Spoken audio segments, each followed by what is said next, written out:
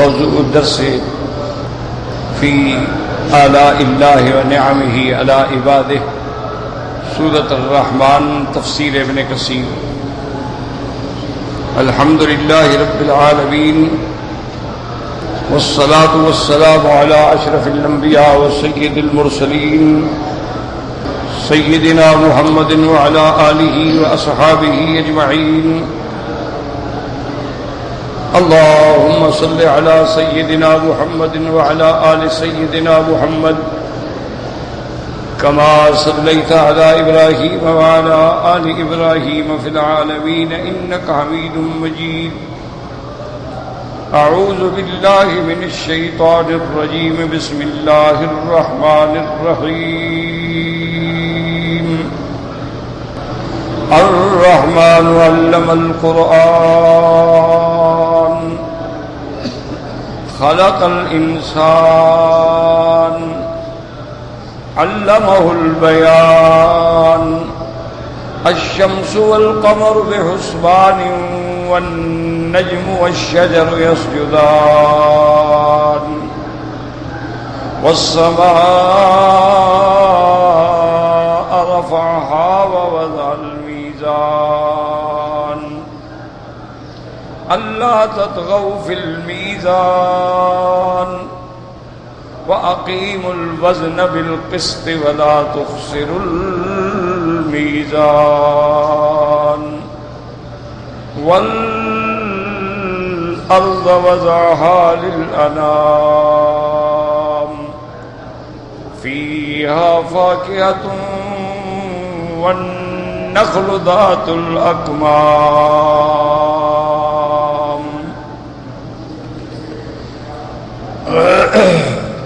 والحب ذو العصف والريحان، فبأي آلاء ربكما تكذبان، لا بشيء من نعم ربنا نكذب۔ اللہ تبارک و تعالیٰ کی کلام مقدس کی اس سورت مبارکہ میں جو عظیم الشان سورت ہے، جس میں اللہ نے اپنے بندوں پر اپنے آلاء اور اپنے نعم اور اپنے انعامات کا ذکر فرمایا۔ سب سے پہلے تو اللہ نے نعمت قرآن کا ذکر فرمایا کہ الرحمن وہ ذات علم القرآن، جس نے قرآن سکھلایا۔ پھر نعمت بیان فرمائی خلق الانسان، جس نے بنایا آدمی۔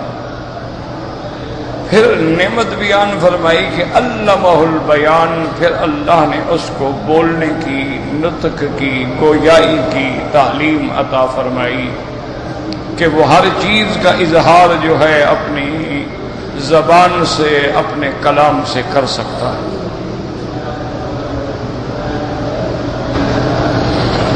اب اس کے بعد اللہ تبارک و تعالی نے اپنی نعمتوں کا ذکر فرمایا جن کا تعلق عالم علوی سے ہے۔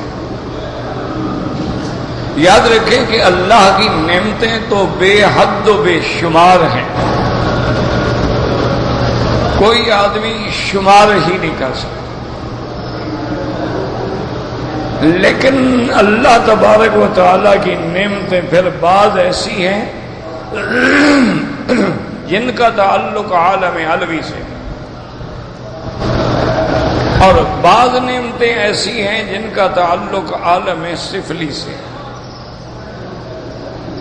بعض نعمتیں ایسی ہیں جن کا تعلق آفاق سے ہے، بعض نعمتیں ایسی ہیں جن کا تعلق انفس سے ہے، نفس انسانی سے ہے،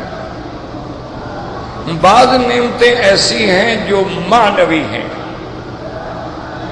اور بعض نعمتیں ایسی ہیں جو حصی ہیں، بعض نعمتیں ایسی ہیں جو اللہ تبارک و تعالی انسان کے وجود سے بھی پہلے عطا فرماتے ہیں، اور بعض نعمتیں ایسی ہیں جو اللہ انسان کے وجود کے بعد عطا فرماتے ہیں۔ اس کو علماء یوں بھی کہتے ہیں کہ نعمت ایجاد ہے اور پھر نعمت بقا ہے، کہ پہلے کسی چیز کا پیدا کرنا پھر اس چیز کا باقی رکھنا، تو ایجاد بھی ایک نعمت ہے اور پھر اس کا بقا بھی ایک نعمت ہے۔ اور اسی طرح اللہ تبارک و تعالیٰ کی وہ نعمتیں ہیں جو ہمارے ظاہر میں ہیں، اور بعض نعمتیں ایسی ہیں جو ہمارے باطن میں ہیں۔ تو اسی لیے قرآن میں آتا ہے وَإِن تَعُدُّوا نِعْمَةَ اللَّهِ لَا تُحْصُوهَا، اگر تم اللہ کی نعمتوں کو شمار کرو تو ہرگز نہیں شمار کر سکتے ہو۔ کیوں؟ کون کون سی نعمت ہے جس کو تم شمار کرو گے؟ اور پھر اللہ کا ایک اور وعدہ بھی ہے اپنے بندوں پہ، فرمایا لَإِن شَكَرْتُمْ لَأَزِيدَنَّكُمْ وَلَئِن كَفَرْتُمْ إِنَّ عَذَابِي لَشَدِيدٌ، اگر تم میری نعمتوں پہ شکر کرو گے تو میں نعمتیں اور زیادہ عطا فرما دوں گا، اور اگر تم کفر کرو گے، ناشکری کرو گے، تو پھر اللہ تبارک و تعالیٰ کا عذاب بھی بڑا سخت ہے۔ تو اللہ کی نعمتوں کو پہلے تو ہم سمجھیں، سمجھنے کے بعد پھر ہم شکر کریں گے۔ اور شکر جو ہے اس کے لیے بھی یاد رکھو، شکر کا معنی یہ نہیں ہوتا ہے کہ ہم کہہ دیں کہ یا اللہ تیرا لاکھ لاکھ شکر ہے بس شکر ہو گیا، یہ شکر نہیں ہوتا ہے۔ یاد رکھو، شکر کا معنی یہ ہوتا ہے سب سے پہلے اللہ کی ذات پر ایمان لے آئیں۔ جس کا ایمان ہی نہیں تو اس کا شکر کیسا ہو؟ تو خدا کو مانتا ہی نہیں۔ تو سب سے پہلا شکر جو ہے وہ ہے ایمان، کہ اللہ تبارک و تعالیٰ کی ذات پہ، صفات پہ، انعامات پہ ایمان لے آئیں۔ اس لیے اللہ تبارک و تعالیٰ فرماتے ہیں میں نے تو راستے واضح کر دیے ہیں، اِنَّا هَدَيْنَاهُ السَّبِيلَ إِمَّا شَاكِرًا وَإِمَّا كَفُورًا۔ اللہ فرماتے ہیں ہم نے راستہ واضح کر دیا، اب یا تو شکر کرنے والے یا کفر کرنے والے۔ تو پہلا شکر یاد رکھو یہ ہے کہ ہمارا اللہ کی ذات پہ ایمان ہو کہ اللہ تبارک و تعالی وحدہ لا شریک ہیں، اللہ تبارک و تعالی ہی ہمارے خالق، مالک، رازق، پالنہار ہیں۔ یہ ایمان جو ہے یہ بنیاد ہے۔ اس کے بعد شکر کا معنی یاد رکھو یہ ہے کہ جو نعمتیں اللہ نے ہمیں دی ہیں وہ اللہ کی فرما برداری پہ خرچ ہوں۔ اللہ نے ہمیں بولنے کی طاقت دی ہے تو اچھا بولو، ذکر کرو، زبان کو اللہ کی اطاعت میں صرف کرو، یہ شکر ہے۔ آنکھوں کو اللہ کی حکم کے مطابق کعبہ دیکھو، قرآن دیکھو، اچھی چیزیں دیکھو، حلال چیزیں دیکھو، یعنی ان نعمتوں کو اللہ کی اطاعت کے مطابق خرچ کرنے کا نام شکر ہوتا ہے۔ اس کے بعد پھر آخری درجہ ہے کہ زبان سے بھی شکر کرو کہ آدمی نے کھانا کھایا، پانی پیا، الحمدللہ الذی اطعمنا وسقانا وجعلنا من المسلمین۔ اللہ نے کپڑا دیا، الحمدللہ الذی کسانا من الارا۔ جو بھی نعمت ملے اس پہ الحمدللہ کہیں، یہ بھی شکر ہے۔ تو اللہ فرماتے ہیں جب بندے شکر کرتے ہیں تو پھر میں نعمتیں اور زیادہ عطا فرما دیتا ہوں، اور جب بندے میری ناشکری کرتے ہیں تو پھر میں پکڑ لیتا ہوں۔ جیسے قرآن نے باقاعدہ واقعہ بیان کیا، لَقَدْ كَانَ لِسَبَإٍ فِي مَسْكَنِهِمْ آیَةٌ جنتان عن یمین وعن شمال۔ اللہ نے فرمایا کہ دیکھو ہم نے قوم سبا کے لیے اپنی کیسی نشانیاں بنائیں، ہم نے دو باغ بنا دیے، سڑک کے دائیں بھی باغ جا رہا ہے اور بائیں بھی باغ جا رہا ہے، اور اس کے بعد ہم نے ان کو حکم دیا کلوا من رزق ربکم بلدۃ طیبۃ ورب غفور۔ میرے بندے کھاؤ اللہ کے پاکیزہ رزق میں سے، اللہ نے کیسے تمہیں بہترین شہر دیا اور کیسا تمہارا رب ہے جو تمہاری غلطیوں کو بخشنے والا ہے۔ تو اللہ فرماتے ہیں ہم نے ایسی نعمتیں دے دی کہ سڑک کے دونوں جانب جو ہیں باغ جا رہے ہیں، جانب یمین بھی باغ چل رہے ہیں اور جانب شمال بھی باغ چل رہے ہیں، یعنی یمین والوں کو شمال نہ جانا پڑے، شمال والوں کو یمین نہ جانا پڑے، سب کو نعمتیں مل رہی ہیں اور اللہ نے حکم بھی دے دیا، لیکن نتیجہ کیا نکلا؟ فَأَعْرَضُوا فَأَرْسَلْنَا عَلَيْهِمْ سَيْلَ الْعَرِمِ وَبَدَّلْنَاهُمْ بِجَنَّتَيْهِمْ جَنَّتَيْنِ ذَوَاتَيْ أُكُلٍ خَمْطٍ وَأَثْلٍ وَشَيْءٍ مِّن سِدْرٍ قَلِيلٍ۔ اللہ پاک نے فرمایا کہ انہوں نے پھر میری نعمتوں سے اعراض کیا، اللہ کی نعمتوں کو ٹھکرا دیا، اللہ کی نعمتوں پہ شکر نہ کیا، تو نتیجہ یہ نکلا کہ ہم نے ایک طوفان بھیجا، سیلاب بھیجا، سارے باغ اجڑ گئے، اب باقی جو ہے کچھ بیری کے چھوٹے چھوٹے درخت، ٹنڈ منڈ درخت رہ گئے، سب کچھ ختم ہو گیا۔ اللہ تبارک و تعالیٰ فرماتے ہیں ذَلِكَ جَزَيْنَاهُمْ بِمَا كَفَرُوا فَهَلْ نُجَازِي إِلَّا الْكَفُورَ۔ ہم نے ان کو یہ سزا دی کہ باغ ہیں، فصل ہیں، ابھی آپ نے دیکھا نہیں سیلاب جب آیا ہے فصل لہلہا رہے ہیں، این تیار کھڑے ہوئے، آیا سیلاب سب کچھ اڑا کے لے گیا، تباہی ہو گئی، آثار مٹ گئے، فصل مٹ گئے، گھر مٹ گئے، گھر والے بے گھر ہو گئے، در والے بے در ہو گئے، سڑکوں پہ پڑے ہیں، خیموں میں پڑے، کھانے کو نہیں ملتا، لینے لگا کے کھڑے۔ اللہ اکبر، لیکن پھر بھی بندہ نہیں سمجھتا، اس لیے اللہ فرماتی ہے کہ ہم نے یہ سزا کیوں دی؟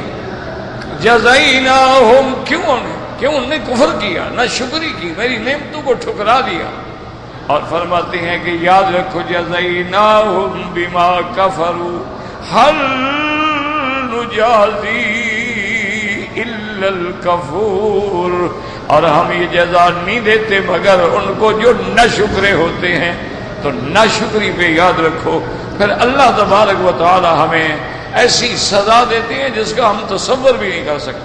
آنکھیں ہیں، ہم نے غیر محرم عورتوں کے دیکھنے پہ صرف کر رہے ہیں، دماغ ہے، بری باتیں سوچنے پہ لگا دیا ہے، زبان ہے، گندی باتیں کہنے پہ لگا دی ہے، پاؤں ہیں، غلط راستے پہ چلنے پہ لگا دیے ہیں، ہاتھ ہیں، حرام چیزوں کو پکڑنے پہ کام کر رہے ہیں، یہ ناشکری ہے، اس پر پھر اللہ کے عذاب آتے۔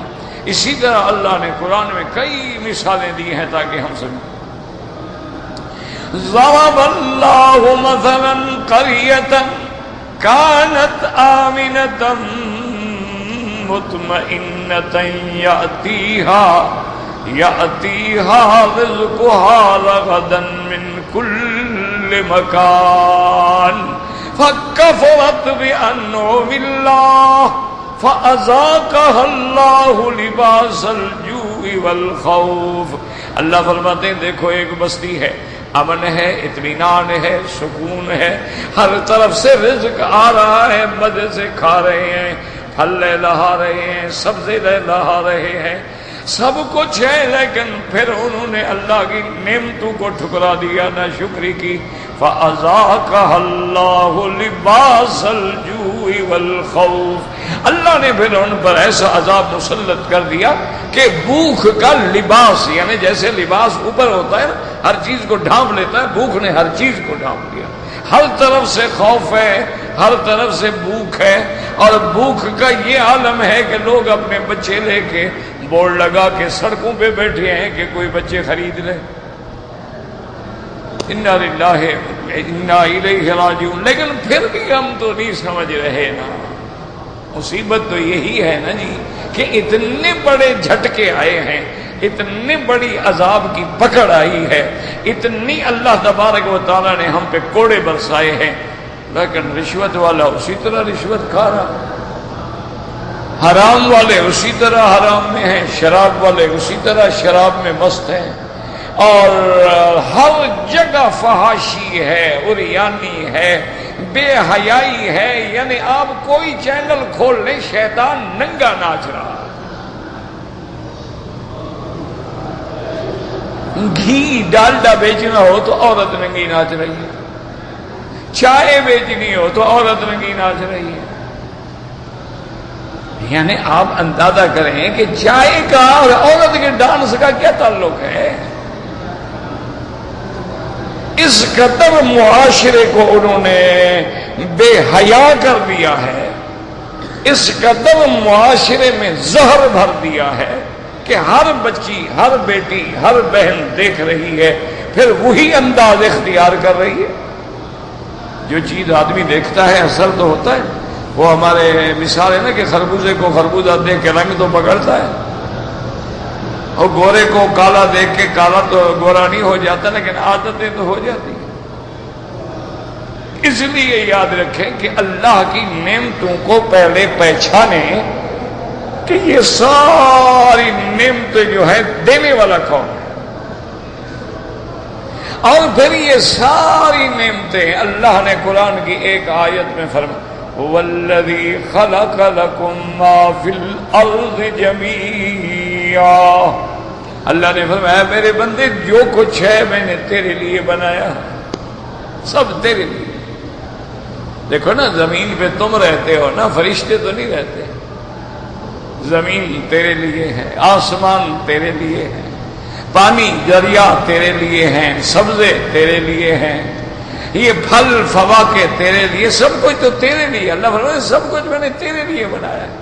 یہ جانور تیرے لیے ہیں، ان کا دودھ تیرے لیے ہے، ان کا گوشت تیرے لیے ہے، ان کو ذبح کرنے کے بعد ان کا چمڑا تیرے لیے ہے، ہر چیز تیرے لیے. تو یہ ساری چیزیں دیکھنے کے بعد پھر بھی اگر آدمی اللہ کی رضا پہ راضی نہ ہو اور اللہ کی نعمتوں کا شکر نہ کرے تو پھر تو عذاب کو خود دعوت دیتا ہے.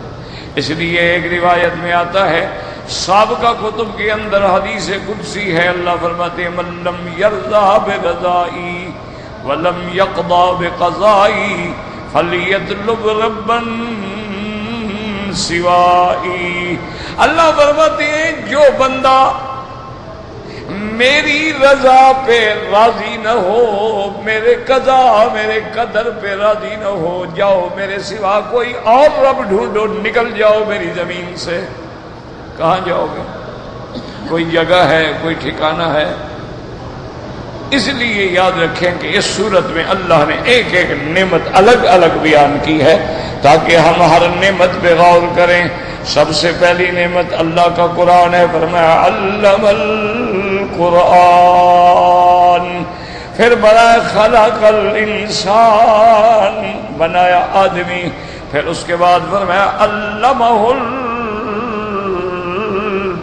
البیان، پھر ہم نے اس کو بولنے کی قوت سکھلا دی، نطق دے دیا، گویائی دے دی. دیکھو کتنی زبان ہے لیکن اس میں کتنے کلمات نکلتے ہیں. یعنی آپ کے کیلکولیٹر میں کھانے ختم ہو جائیں گے لیکن زبان تو بول رہی ہے. اور کتنا عرصہ عمر 100 سال ہے، 80 سال ہے، 90 سال ہے، 50 سال ہے، بول رہی ہے. تو ایک تاریخ میں واقعہ آتا ہے نا جی کہ ایک دفعہ بادشاہوں کے خیال ہوتے ہیں نا، بادشاہ جو ہوئے تو بادشاہ نے اپنے وزیر سے کہا کہ بھی ایک بکرا ذبح کرواؤ اور اس بکرے میں جو سب سے بہترین بوٹی ہو نا وہ نکال کے میرے لیے لے آؤ. بادشاہ نے حکم دے دیا، بکرا 1 منٹ میں ذبح ہو گیا. وزیر نے کہا جی زبان کی ٹکڑا جو ہے نکال کاٹ کے دے دو، پلیٹ میں رکھا. انہوں نے کہا جی یہ بوٹی ہے زبان سب سے بہتر. بادشاہ نے کہا ٹھیک ہے. کافی عرصہ گزر گیا، بادشاہ نے پھر امتحان لیا. اس نے کہا وزیر صاحب ایسا کرو، ایک بکرا ذبح کرو اور اس میں جو سب سے خراب بوٹی ہو نا، جو سب سے گندی، وہ لے آؤ. وزیر نے پھر بکرا ذبح کرایا، پھر پلیٹ میں زبان رکھ کے لے آؤ. اور بادشاہ نے کہا یہ آدمی وزیر صاحب تمہارا دماغ ٹھیک ہے؟ پہلے میں نے کہا سب سے اچھی بوٹی لے آؤ، زبان لے آئے، میں کہتا ہوں گندی لے آؤ، زبان لے آئے۔ اس نے کہا جناب یہی زبان تو ہے نا، یہی بات کرو تو تخت پہ بٹھا دیتی ہے، اور گندا لفظ نکل جائے تو تختہ کرا دیتی ہے، زبان ہی تو ہے نا، یہ اچھی بھی ہے بری بھی ہے۔ اس کے اندر تو دونوں خاصیتیں ہیں نا، کہ زبان سے کوئی کلمہ نکل گیا، رب بھی راضی ہو گیا، بندے بھی راضی ہو گئے، زبان سے کوئی کلمہ نکل گیا، بندہ اجڑ گیا۔ تو اس طرح امتحان ہوتے ہیں، بادشاہ لیتے رہتے ہیں۔ ایک دفعہ ایک بادشاہ کو اور سوچی، اس نے اپنے جو سب سے سینئر موسٹ وزیر تھا نا، اس کو کہا کہ میرے دوستوں میں، کابینہ میں، پارلیمنٹ میں جتنے سب سے جو بے وقوف آدمی ہو نا، اس کا نام لکھ کے لے۔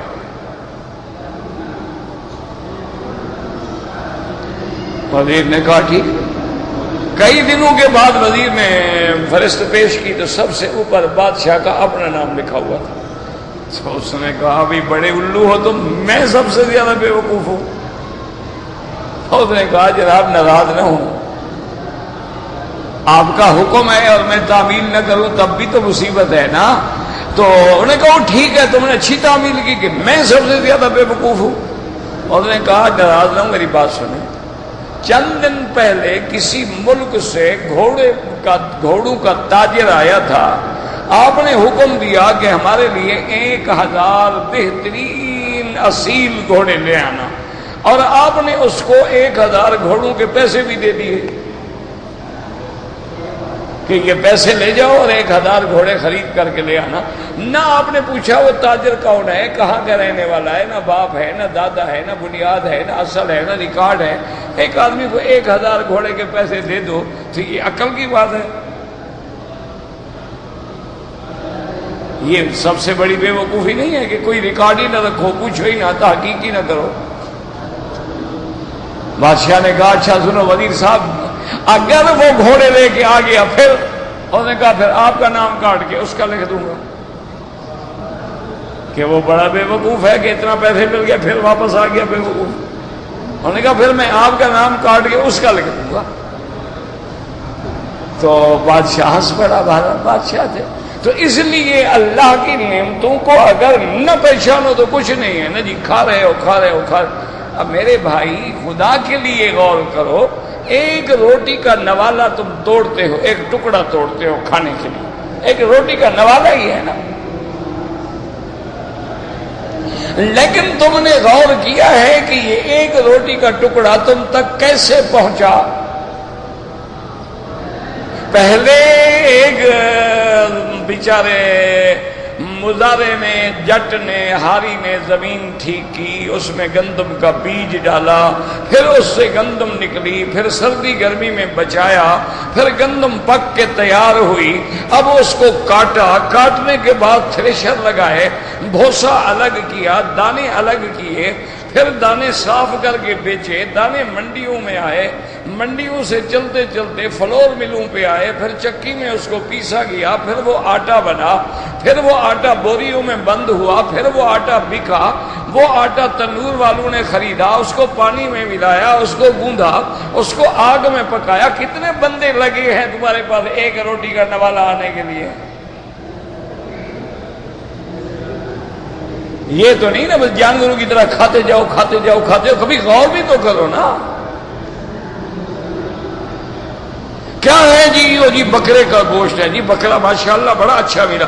وہ بکرے کو اللہ نے پیدا فرمایا، پھر بکرا چرتا رہا، گھاس کھاتا رہا، اس کی نگرانی کی گئی، وہ بڑھتا گیا، موٹا ہوا، پھر بیچا گیا، پھر ذبح ہوا، پھر گوشت بنا، پھر پکایا گیا۔ کتنی محنتوں کے بعد تمہارے پاس ایک روٹی پہنچی ہے، تم کھانا کھا کے پھینک دیتے ہو، اٹھاؤ جی چھوڑو جی چھوڑو، بچ گیا، پھینک دو کچرے میں۔ اور لاکھوں مسلمانوں کے بچے ہیں جو درم کچرے کے ڈرموں سے کھانا نکال نکال کے کھا رہے ہیں۔ تو اس لیے ہمیشہ یاد رکھیں، سب سے پہلے اللہ کی نعمتوں کو دماغ میں رکھو، نعمتوں کے بعد اللہ پر ایمان لاؤ، اللہ پر ایمان لانے کے بعد اس نعمتوں کو اس کے حکم کے مطابق استعمال کرو، اور جب استعمال ہوں پھر ہر بات پہ اللہ کا شکر بھی ادا کرتے رہو۔ اب اللہ فرماتے ہیں الشمس والقمر بحسبان، سورج اور چاند بحسبان، بعض علماء فرماتی ہیں یعنی بحساب، اس کا پیدا کرنا، پھر اس کا بنانا، اس میں نور بھرنا، اس میں ضیاء پیدا کرنی، پھر اس کو اپنے نظام کے مطابق اپنے محور پہ اپنے گردش پہ چلانا۔ دیکھو کیسا حساب ہے، ذرا بھی ادھر ادھر ہو جائے تو بس ختم، نظام ہے نا۔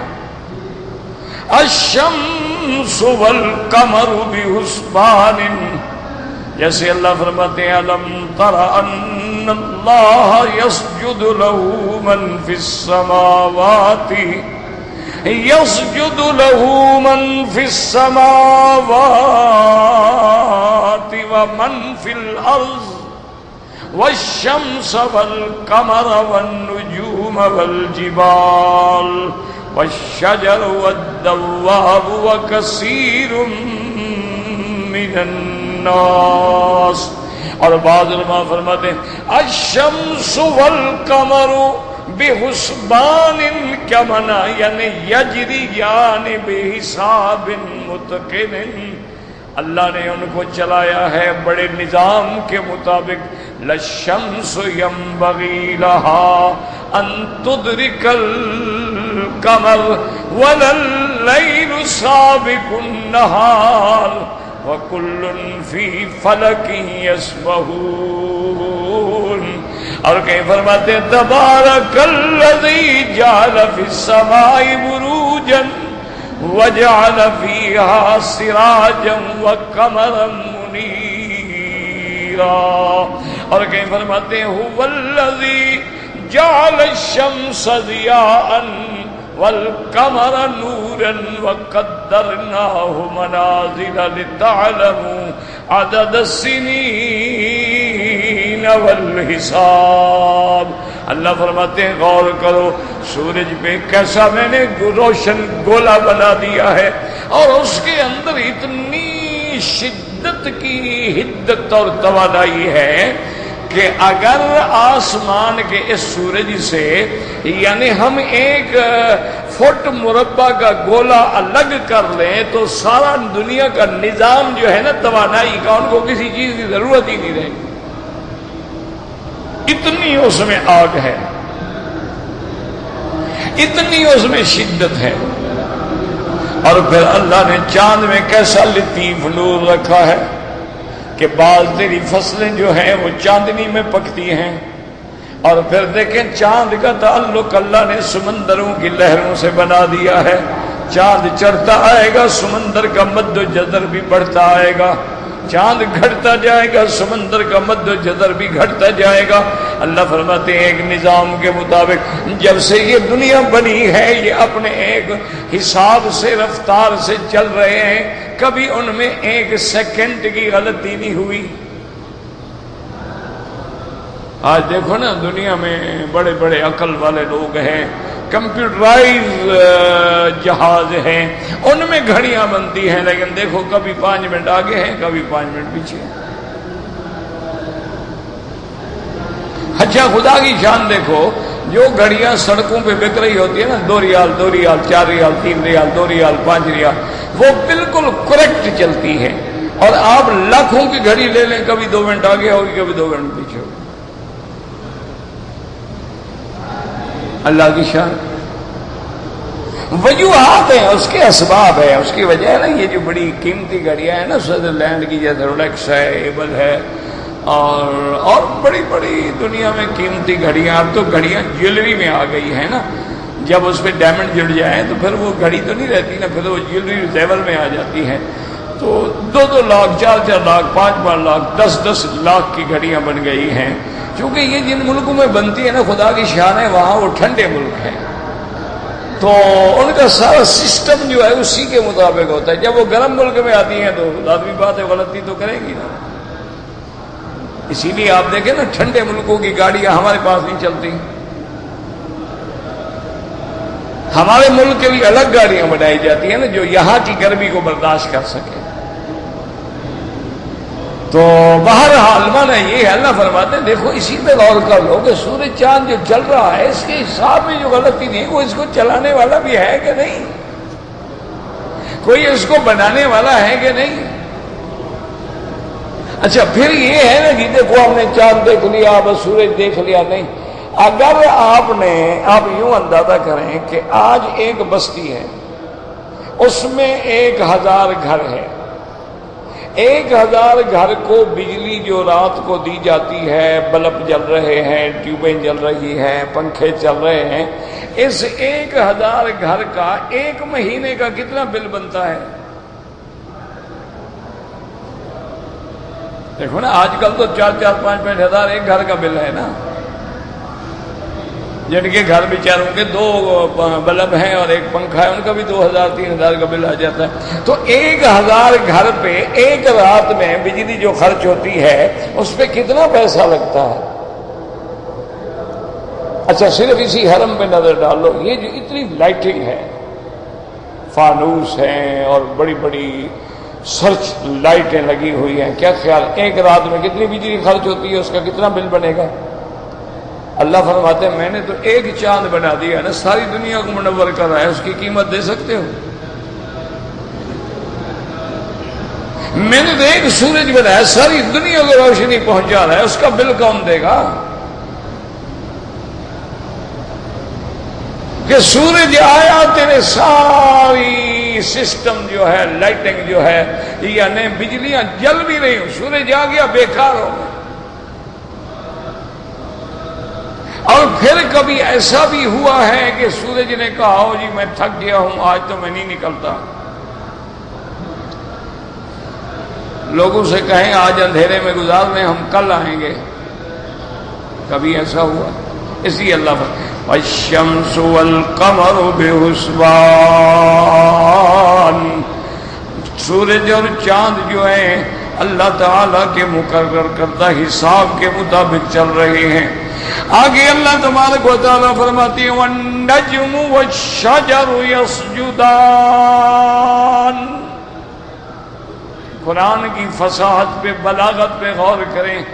آسمان سماوی 2 نعمتوں کا ذکر کیا، سورج اور چاند، پھر سفلی 2 چیزوں کا ذکر کیا، یعنی دونوں برابر آ رہے ہیں.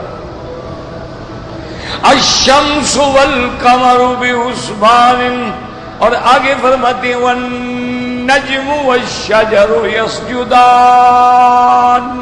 یاد رکھیں نجم کہتے ہیں ان چیزوں کو جو زمین پہ بیلیں پڑی ہوں، اور شجر کہتے ہیں اس درخت کو جو تنے پہ کھڑا ہو. تو دو طرح کی چیزیں ہوتی ہیں نا.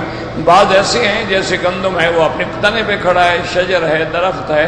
لیکن بعض ایسے ہیں جیسے انگور ہے اس کی بیلیں زمین پہ پڑی ہیں، خربوز ہے، تربوز ہے اس کی بیلیں زمین پہ پڑی ہیں، کدو ہے، پیٹھا ہے، سب ٹماٹر سب کی بیلیں پڑی، ان کے کوئی درخت تو نہیں ہوتے نا، وہ تو بیلیں ہیں. تو نجم کہتے ہیں الذی لا ساق لہ، جس کا تنا نہ ہو، اور شجر کہتے ہیں جس کا تنا ہو. اللہ نے فرمایا بے تنے والی یا تنے والی سب اللہ کے آگے سجدہ کر رہی ہیں. والنجم والشجر یسجدان. یاد رکھیں بعض علماء کہتے ہیں یسجدان کا معنی یعنی اللہ کی اطاعت گزار ہیں، اور بعض کہتے ہیں حقیقتاً سجدہ کر رہی ہیں، کیونکہ اللہ نے کوئی چیز ایسی پیدا نہیں کی جو اللہ کی تسبیح نہ کرتی ہو. وَإِن مِّن شَيْءٍ إِلَّا يُسَبِّحُ بِحَمْدِهِ وَلَٰكِن لَّا تَفْقَهُونَ تَسْبِيحَهُمْ. اللہ فرماتے ہیں کوئی چیز بھی ایسی نہیں جو میری تسبیح نہ کرے، تحمید نہ کرے، تم نہیں سمجھ سکتے ہو. تو بعض علماء کہتے ہیں کہ حقیقتاً یہ سب چیزیں اللہ کے آگے سجدے میں ہیں. کیا معنی؟ جیسے دیکھیں مثلا درختوں کے سائے کبھی ادھر جھک رہے ہیں کبھی ادھر جھک رہے ہیں، وہ کہتے ہیں یہی ان کا سجدہ ہے. اور بعض علماء کہتے ہیں جو چیزیں زمین پہ پڑی ہیں گویا سجدے میں ہیں، اور جو چیزیں سیدھی کھڑی ہیں گویا قیام میں ہیں، اور جو چیزیں جھک رہی ہیں گویا رکوع میں ہیں، یعنی ہر چیز اپنی حالت میں اللہ کے آگے سجدہ کر رہی ہے، اللہ تبارک و تعالیٰ کے آگے سجدہ ریز ہے۔ اس سے اشارہ ہوتا ہے میرے بندے اگر تم نہیں کرو گے تو اللہ کا کیا نقصان ہے، اللہ کے آگے تو ہر چیز سجدہ کرتی ہے۔ النجم والشجر یسجدان، دو چیزیں آگے، اب پھر عالم ہے والسماء رفعها ووضع المیزان، اور وہ ذات جس نے آسمانوں کو اتنا اونچا کر دیا، رفع سمکها فسواها وَأَغْطَشَ لَيْلَهَا وَأَخْرَجَ ضُحَاهَا، کہیں فرماتے ہیں وَالسَّمَاءَ بَنَيْنَاهَا بِأَيْدٍ وَإِنَّا لَمُوسِعُونَ وَالْأَرْضَ فَرَشْنَاهَا فَنِعْمَ الْمَاهِدُونَ ثُمَّ اسْتَوَى إِلَى السَّمَاءِ وَهِيَ دُخَانٌ، اللہ تبارک و تعالیٰ فرماتے ہیں آسمانوں پہ نظر ڈالو کیسے میں نے اس کو اونچا بنایا ہے، وَوَضَعَ الْمِيزَانَ، اور کیسے اتارا میں نے میزان کو۔ بعض علماء فرماتے ہیں میزان مانا ترازو، کہ ترازو یعنی عدل کی طرف اشارہ ہے کہ آسمانوں کو اونچا کر دیا ہے اور پھر میں نے میزان اتارا ہے تاکہ میرے نظام عدل کے مطابق تمہیں سمجھ آ جائے۔ اور بعض علماء فرماتے ہیں اشارہ ہے آسمان بھی عدل کی وجہ سے قائم ہے، عدل ہوگا تو دنیا قائم رہے گی، اور عدل نہیں ہوگا تو دنیا ختم ہو جائے گی۔ ظلم دنیا کو فنا کر دیتا ہے اور عدل جو ہے وہ دنیا کی بقا کا سبب ہوتا ہے۔ اب دیکھیں خدا کے قرآن میں نظر ڈالو، دیکھو اللہ نے سورج چاند کا پہلے ذکر کیا ہے، الشمس والقمر بحسبان والنجم والشجر يسجدان والسماء رفعها ووضع المیزان۔ اللہ نے سورج چاند کا پہلے ذکر کیا اور آسمانوں کا بعد میں ذکر کیا۔ جیسے ابتدائے قرآن میں دیکھیں علم القرآن پہلے ذکر کیا، خلق الانسان تخلیق انسان کا ذکر بعد میں کیا۔ کیوں؟ اگر انسان کو قرآن کا علم نہیں تو گویا وہ انسان ہی نہیں۔ اسی طرح فرمایا اگر یہ سورج چاند نہ ہوتے تو آسمان کو کون پوچھتا پھر؟ تو اصل تو اس کے لیے یہی چیزیں ہیں نا جو ہم نے آسمان کی زینت بنا دی ہے۔ وَلَقَدْ زَيَّنَّا السَّمَاءَ الدُّنْيَا بِمَصَابِيحَ وَحِفْظًا ذَلِكَ تَقْدِيرُ الْعَزِيزِ الْعَلِيمِ۔ اور کہیں فرماتے ہیں اِنَّا زَيَّنَّا السَّمَاءَ الدُّنْيَا بِزِينَةٍ الْكَوَاكِبِ، ہم نے آسمان کو رونق بخشی ہے، اس میں ستارے جڑ دیے ہیں، اور پھر ستارے بھی مختلف ہیں، بعض چمکنے والے ہیں، بعض علیحدہ علیحدہ ہیں، بعض جڑے ہوئے ہیں، بعض کہکشاں کی شکل میں ہیں، بعض سیارات ہیں، اور بعض کہکرا الٹی چال چلنے والے ہیں۔ اس لیے اللہ پاک نے فرمایا جو چیز فائدہ مند ہے اس کا پہلے ذکر کر دو، اس لیے فرمایا والشمس والقمر بحسبان والنجم والشجر يسجدان والسماء رفعها ووضع المیزان۔ یاد رکھیں بعض علماء فرماتے ہیں اللہ نے حقیقتاً ترازو بھی اتارا، اور بعض علماء فرماتی ہیں کہ میزان کا معنی عدل ہے، کہ ہر چیز ایک عدل کے ساتھ ہے، اس میں کوئی ادھر ادھر کا جھکاؤ نہیں ہے، بالکل عدل کے ساتھ ہے۔ اور جب یہ سارا نظام عدل پہ قائم ہے تو بندوں کو بھی چاہیے کہ وہ عدل سے کام لیں، انصاف سے کام لیں، عدل کے ترازو کو مضبوطی سے پکڑ لیں۔ اگر عدل ہوگا تو نظام ہوگا، عدل نہیں ہوگا تو پھر نظام عالم جو ہے وہ درہم برہم ہو جائے گا۔ اسی لیے صحیح حدیثوں میں آتا ہے، یاد رکھیں کہ ہر رات سورج جو ہے عرش کے نیچے سجدہ ریز ہوتا ہے، اور ثم استأذن، اس کے بعد اپنے اللہ سے اذن مانگتا ہے، مولا میرے لیے کیا حکم ہے؟ اللہ فرماتی ہے واپس لوٹ جاؤ اور مشرق سے نکلو۔ حتیٰ کہ جب قیامت قریب آ جائے گی، حتیٰ تطلع الشمس من مغربها، اللہ حکم دیں گے اب مغرب سے نکلو، اور سورج جب مغرب سے نکلے گا تو پھر توبہ کے دروازے بند ہو جائیں، اس کے بعد توبہ قبول نہیں۔ اب لوگوں نے، مخالفین اسلام نے اور منکرین حدیث نے بڑے بڑے طوفان باندھے ہیں، دیکھو جی سورج کیسے سجدہ کرتا ہے، اور سورج تو ہر جگہ موجود ہے، وہ تو ڈوبتا ہے ہی نہیں، ایک جگہ نکل رہا ہے تو دوسری جگہ ڈوب رہا ہے تو پھر دوسری جگہ نکل رہا ہے، تو سورج تو ہر وقت کھڑا ہے۔ تو پہلی بات یہ سمجھیں کہ ان کا مطلب سجدے سے یہ نہیں جیسے بندہ سجدہ کرتا ہے اور سبحان رب الاعلیٰ سبحان رب الاعلیٰ، ہر چیز کا سجدہ اپنا ہے، انسانوں کا اپنا سجدہ ہے، حیوان کا اپنا سجدہ ہے، سورج چاند کا اپنا سجدہ ہے، تم اپنے سجدے پر کیوں اس کو تشبیہ دے رہے ہو اور بلا وجہ حدیث کا انکار کر رہے ہو؟ اور پھر عرش جو ہے، آپ پہلے پڑھ چکے ہیں ماشاءاللہ کہ وسع کرسیہ السماوات والارض، 7 آسمان اور 7 زمینوں کو کرسی نے گھیرا ہوا ہے، اور کرسی کے مقابلے پر 7 زمینیں اور 7 آسمان اگر بچھا دیں، ایسے ہیں حضور نے فرمایا کہ حلقۃ ملقات فی فلاۃ من الارض، جیسے صحرا میں ایک کڑا پھینک دو تو صحرا کی کتنی جگہ روکے گا، اتنی جگہ بھی آسمان زمین اور کرسی کے مقابلے پہ نہیں روک سکتے۔ اور فرمایا عرش تو پھر اتنا بڑا ہے کہ کرسی اس کے مقابلے پہ ایسے جیسے ایک کڑا پڑا ہوا۔ تو جب عرش ہر چیز کو محیط ہے، اسی کے نیچے سورج ہے، اسی کے نیچے وہ چل رہا ہے، نکل رہا ہے، ڈوب رہا ہے، آ رہا ہے، جا رہا ہے، اسی میں اللہ کے حکم کے مطابق وہ چلتا ہے، اس میں کسی کو اعتراض کرنے کا کیا حق پہنچتا ہے؟ اور اسی طرح پھر دیکھیں کہ اللہ نے آسمانوں کو اونچا کیا، لیکن اونچا کس چیز سے کیا؟ تم تو ایک چھت نہیں بنا سکتے، دیکھو کتنے ستون ہیں۔ اللہ نے جو آسمان اونچا کر دیا ہے، کہاں ہے ستون جن پہ آسمان کھڑا ہے؟ کون ہے آسمانوں کو پکڑنے والا اور روکنے والا؟ ان اللہ یمسک السماوات والارض۔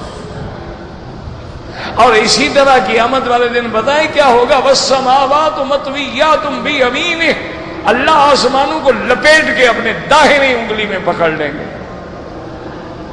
اللہ زمینوں کو لپیٹ کے پکڑ لیں گے اور پھر حکم دیں گے لمن الملک اليوم این الجبابرہ، کہاں ہیں دنیا میں بڑے بڑے جبار اور بڑے بڑے متکبر، کہاں ہیں؟ اور نکل آئے میدان میں مقابلہ کریں۔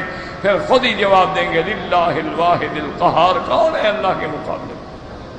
تو اس لیے یاد رکھیں یہ ساری اللہ کی نعمتیں ہیں، اور اللہ کی نعمتوں کا سب سے بڑا امتحان عدل ہے، انصاف ہے، ہر چیز میں، ترازو میں، وزن میں، کیل میں، مکیال میں، تول میں، دینے میں، لینے میں، ہر چیز میں ہمیں جو حکم ہے وہ یہی ہے کہ ہم عدل پہ قائم رہیں۔ اللہ آپ کو اور ہمیں عدل پہ چلنے کی توفیق دے اور قائم رکھے انشاءاللہ تبارک و تعالی۔ اللہ نصیب فرمائے، میرا ارادہ ہے مدینہ منورہ کا انشاءاللہ۔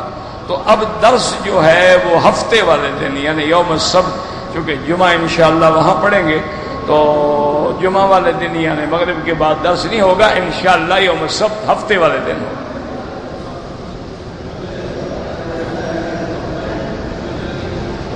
کہتے ہیں جی کہ اگر میں حنفی مسلک پہ ہوں، مدینہ منورہ میں جانے کے بعد اگر میں مسجد قباء میں عصر کے بعد پہنچوں تو کیا 2 رکعت پڑھ سکتا ہوں؟ نہیں پڑھ سکتا۔ یہ اجازت جو علماء نے دی ہے وہ بھی صرف اس حرم کے ساتھ ہے، باقی تو کسی جگہ اجازت نہیں ہے۔ ورنہ وہ حدیث مبارک جو ہے وہ صریح بھی ہے، صحیح بھی ہے کہ لا صلاۃ بعد الفجر حتی تطلع الشمس، فجر کے بعد کوئی نماز نہیں جب تک سورج نہ نکلے، ولا صلاۃ بعد العصر حتی تغرب الشمس، اور عصر کے بعد کوئی نماز نہیں ہے جب تک کہ سورج ڈوب نہ جائے۔ مسجد قباء میں تو کوئی بھی اجازت نہیں دیتا کہ پڑھو۔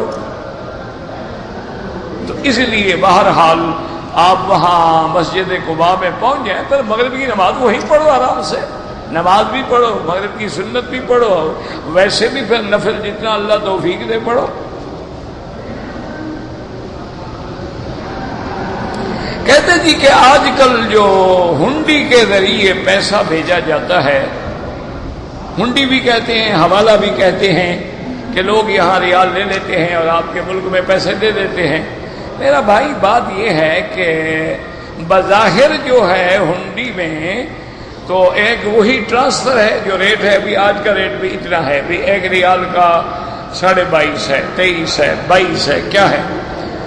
لیکن یہ اس لیے علماء کہتے ہیں کہ ناجائز ہے کہ اس سے ملک کو نقصان ہوتا ہے۔ کیوں؟ آپ نے پیسے ہنڈی میں بھیج دیے، ریکارڈ میں تو آئے نہیں۔ اگر بینکوں کے ذریعے آپ ٹرانسفر کریں گے تو ملکوں کو ذریعے مبادلہ ملے گا، ریال وہاں جائے گا، ڈالر وہاں جائے گا۔ اگر آپ ہنڈی کے ذریعے بھیجیں گے تو ملک کو تو آپ نے کوئی فائدہ نہیں دیا، اور پھر یہ ہے بھی کالا دھن، پتہ ہی نہیں کہاں بھیجا، کس نے بھیجا، کدھر گیا۔ تو اس لیے علماء فرماتے ہیں کہ اگر اسلامی ملک کو نقصان پہنچتا ہو تو پھر آدمی ہنڈی پہ معاملہ نہ کرے، بینکوں کی معرفت کرے، اور محفوظ بھی ہوتا ہے۔ اور کبھی اللہ معاف کرے یہ ہنڈی والے غائب ہو جائیں تو سب کچھ سارے سال کی بندے کی کمائی تو گئی نا۔ ایسے بھی تو ہوتے ہیں نا، اللہ معاف فرمائے، جن کا ویسا، تو اس لیے بچنے کی کوشش کریں۔ میری والدہ فوت ہو گئی ہیں، اللہ مغفرت فرمائے۔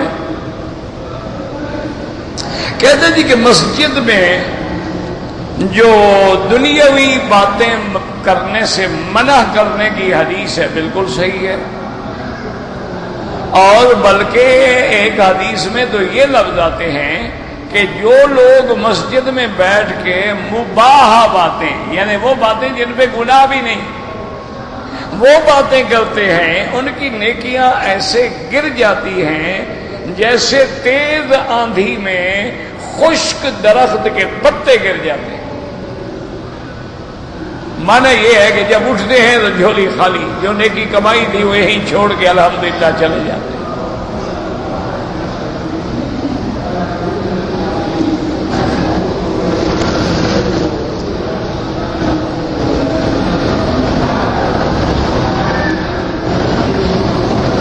ہم پیسہ کھلا کرنا چاہتا ہے، پتہ نہیں کھلا کرنا کیا ہوتا ہے، 1000 پہ 30 روپیہ لیتا ہے، وہ ناجائز ہے۔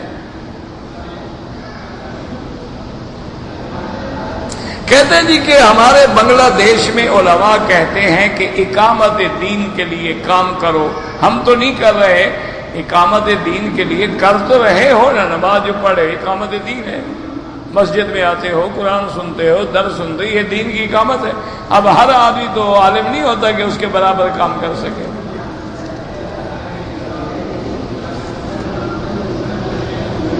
کہتے جی کہ کسی انسان کو کافر کہنا یا کافر قرار دینا بالکل یہ اللہ کا کام ہے، لیکن بتلائے گا کون؟ اللہ آپ سے خود بات کرے گا؟ نہیں، اللہ بھی آ کر آپ کو کہے گا کہ ابو جہل کافر ہے، انسان ہی کہے گا۔ اللہ نے بتلا دیا کہ مومن کون ہے اور کافر کون ہے، تو اب جس میں ایمان کی نشانی ہوگی ہم کہیں گے یہ مومن ہے، جس میں کفر و شرک والی نشانی ہوگی ہم کہیں گے یہ کافر ہے، یہ مشرک ہے۔ ورنہ اصل تو اللہ نے فیصلہ کیا ہے نا کہ مومن کون ہے اور مومنوں کی صفات کیا ہے، کافر کون ہے اور کافروں کی صفات کیا ہے۔ اس لیے پورے قرآن میں اللہ نے صفات مومنین کا بھی ذکر کیا، صفات کافرین کا بھی ذکر کیا، مشرکین کا بھی ذکر کیا، منافقین کا بھی ذکر کیا۔ تو فیصلہ تو اللہ کا ہے، لیکن ہم سنائیں گے تو وہی اللہ کا فیصلہ سنائیں گے نا، کہ اگر اس میں ایمان کی صفتیں ہیں تو الحمدللہ وہ مومن ہے، اگر اس میں ایمان کی صفتیں نہیں پائی جاتی ہیں وہ کافر ہے۔ کہتے ہیں جی کہ میں نے حج افراد کیا، لیکن میں نے طواف زیارت جو ہے وہ چوتھا دن کیا۔ چوتھا دن کا معنی ہے یعنی 14 تاریخ کو کیا یا اللہ عالم 13 تاریخ کو کیا، بہرحال آپ کا حج الحمدللہ ہو گیا، طواف زیارت بھی آپ کا صحیح ہو گیا۔ فرق صرف اتنا ہے کہ احناف کے نزدیک اس کا وقت ہے 12 تاریخ کی مغرب تک، بعد میں کر سکتا ہے لیکن دم دینی پڑتی ہے، اور باقی حضرات کے نزدیک 13 تک بھی کوئی دم نہیں ہے، 14 تک بھی کوئی دم نہیں ہے۔